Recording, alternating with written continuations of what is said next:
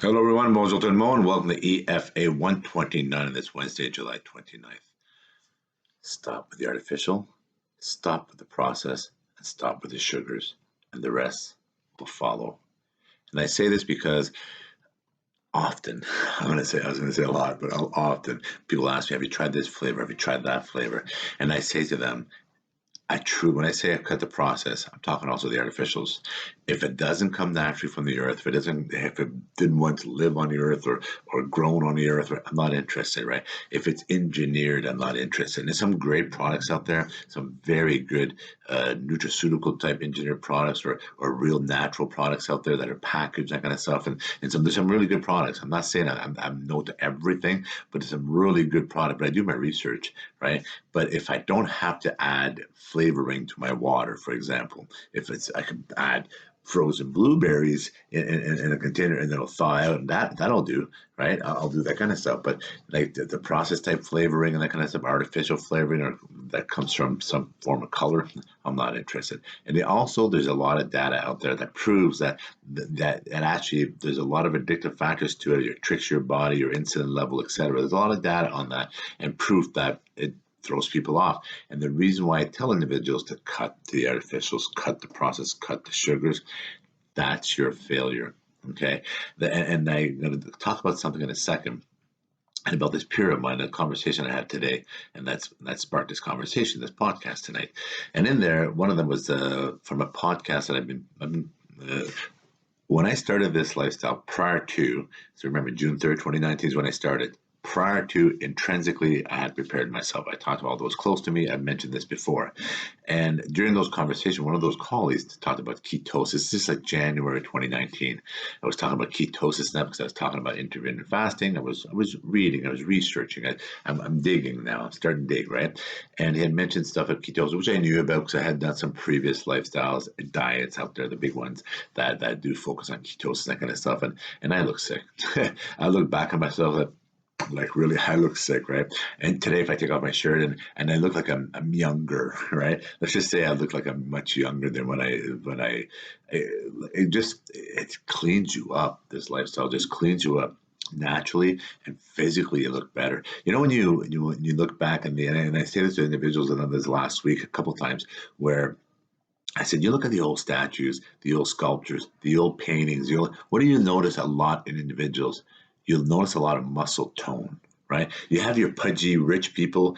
Back then, it was known that those that ate a lot were pudgy-er, so they were rich, right? So they had more access to food and ate more often, probably twice a day or 3 times a day back then, right? Now that was luxury, so you were pudgy. It guarantee you it's not going to be like pudgy that we have today, right? And then, but the majority, if you look at the pictures and look at everything, a lot of muscle tone in individuals, and that's what happens because when they were naturally fasting, not calling it fasting, but actually they probably did call it fasting because breakfast comes from the word fast, and the word fasting is in all the old books and all everything. We changed the system, right? We changed the system in the 1900s and going forward.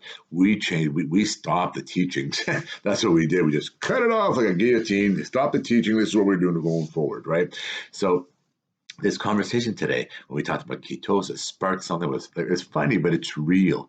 And my friend said, when I look back at my youth and I look at how I live and opening the cupboards and like, whoa, right, all that sugar, carby food, right, all the addiction food, all the processed, like you just can't get enough of it, food. And he goes, and growing up, like I remember that. Like I said to him, I go right up into my 40s almost, like a box of cereal. I could do a box of cereal like that for breakfast with chocolate milk. You want to talk about fat cell creation heaven? That was me. Everybody that knows me, my cereal. I was a cereal king. Love my cereal, and I would have it with chocolate. I could do a whole box. I would call it dinner, right? And that was my life. Like, and when he said, I don't think I've ever was in ketosis ever, because we always ate. And it's true, we ate way beyond and constantly. Like growing up when I was really, really young, when I look at my parents and I look at everything, we didn't snack. Like it was one snack. I think one snack, snack going to the school with apples and a snack at night. But that's it. One snack. There was it was 3 meals a day and that's it. You were caught snacking outside the meals or caught snacking outside the snack. Like you get the whack. You get the slap for taking an extra snack. But that's how we were raised, right? You either ate at dinner, you ate your lunch, you ate your breakfast, and you had your snack, you got your apples, and that's it. There's no chocolate bars, that kind of stuff. So when I look back on my youth, right, I was slim. I was probably fit. I was slim, right? And then when you grow older and you get into this world of constantly eating, constantly out of, and I don't do ketosis. I don't measure nothing. I talked to this many times in pre-CFA, but I just, when you look at lifestyle, no wonder, like myself, the roller coaster. Yeah, when I was fit at 222, running marathons and training all the time, like hours a day, and or when I was doing all these diets, ketosis type diets, and then I looked sick, right? But I didn't feel like I am today. But I look at that, and when he said about that ketosis, no wonder. And this is why it's so hard for people to get out of it, because that's what they live on, processed and sugars and everything like that. And that's why all the medical issues, everything tied to nutrition, it's mind boggling. And guys like myself with a medical condition are disappearing and dissipating, right? Like if you follow this lifestyle, medical conditions disappear and or dissipate. And medical conditions that come from nutrition, bad nutrition, that live in insulin bodies. Or when you look, when we talked about the cereal, that we were insulin bodies, and in insulin bodies a lot of things grow, we'll just call it that. And diseases like Alzheimer or cancers, they love insulin type bodies, and they love these kind of other bodies that follow that system, right? Sleep apnea, like all these conditions that I talk about, is because that insulin body, it's because living that lifestyle, the process and everything. And when I cut the artificial, and I cut the process, and I cut the sugars, everything followed. I'm not kidding on that.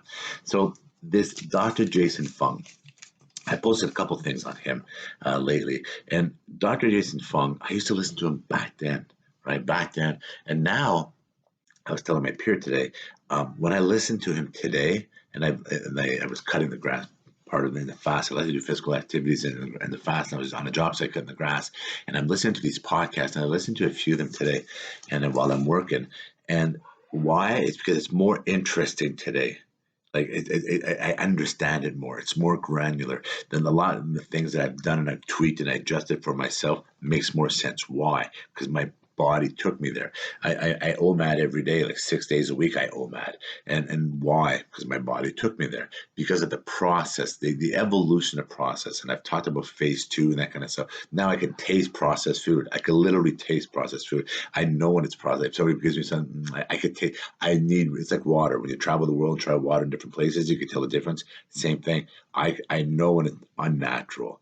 And I pick up on that really fast now because my body's so clean. It's been 14 months now, right? So when I look at the Dr. Jason Fung, a Canadian nephrologist, this Canadian nephrologist, he practices in Toronto, but did his medical training in Toronto and California. Now resides in Toronto. Author of best-selling books, and over 3 of them. Tons of great podcasts. And today was Dr. Mercola interviewing, it's an old episode with interviewing Dr. Fung. Listen to those individuals. Listen to those individuals. Listen to those conversations. Go to Dr. Fung, Jason Fung's website, and go to his YouTube channel and search his most popular videos, and just listen to one. Just listen to one. If you want to change your lifestyle, like if you have questions, ask me and I'll tell you what I did and how I did it, and it tweak. And it appears that it's very hard for a lot of individuals. It appears that what I'm doing, a very small percentage of the people can do this. When I say this from the heart, it wasn't hard at all. I honestly did not go through hurdles or stumbles. I didn't. I really didn't. And I think it's because, I know it's because, I truly, in my heart of heart, know it's because when I started this, I also went with the adage that pre-1950, let's call it, I want to eat food that humans had access to. Right? I want to eat food that were homemade, right? Or they come from natural products, or they're grounded from natural products. They're not engineered. They're not modified. They're not natural. That's what I done. So by doing that, cut the artificial, cut the process, cut the sugars.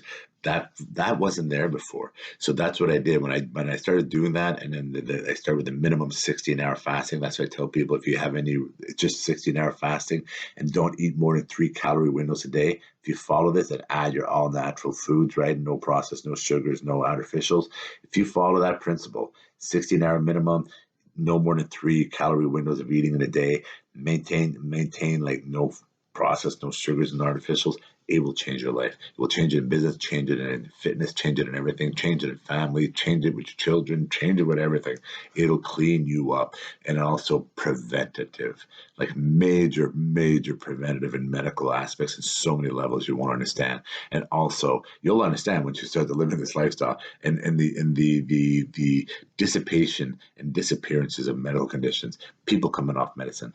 Right? Remember, I talked about the world of cannabinoid therapy. I traveled this country in Canada. I sat on panels. I've done media spots. I've worked in medical facilities and etc. The cannabinoid therapy. And I've listened to understand to some of the best out there, and I participated. And I was one of the individuals involved in this for a very long time, where people got off their opiates, right, from 40, 50, 60 pills a day down to some of them none. Some of them 1, 2, 3, 4, 5, completely cleaned themselves out, right? That's what this does. Intermittent fasting, the lifestyle, the way I live it, my way of doing things, and people that tweak it to themselves, and you'll figure it out what works for you. And by following those rules that I just mentioned, it changes your life just like this. People coming off the pharmaceuticals, the pills, the medical condition disappearing and dissipating. They're completely changing their mindset, their internal, external body, the whole 9 yard, right? So if you get a moment, listen to that podcast. That's that I wanted to talk about today. It sparked my mind to talk about this because I see individuals that I know, individuals that I've tried, and they say, I didn't keep up to it. And I tell people, I try to honestly say this. When I look at food, I see it as artificial. When I walk into the pantry and there's stuff for my family in there that my wife buys for my daughters want, and I advocate against, and my wife is really, really, really changing a lot. She cleans. One of the most blessed thing that my daughters have is a woman like my wife, a mother like my wife, who cooks for them like naturally at most of the time, all the time, right? She rarely opens bags and boxes and that stuff, but there is those treats in there, and there is that lifestyle in there, right? And that's that lifestyle. And then when I look at that, though, when I walk into it, and there's people tell me I can't resist this chocolate or this muffin or this cake or this, it looks artificial. That's another phase. Like I'm done. I'm sincerely. You look at it like looking at cardboard because you know it's not real. Because you value the taste of food. You value good food. You understand what goes into your body. Your body absorbs it, right? So you know what you're feeding yourself. And you use those tools of knowledge. So that's why when I look at food like that now, it doesn't faze me at all. Like it literally looks like artificial, right? Why would I eat that? That's what my mind says to me. Well, why would you eat that, right? You don't even look at it. You don't even contemplate it. That is another phase.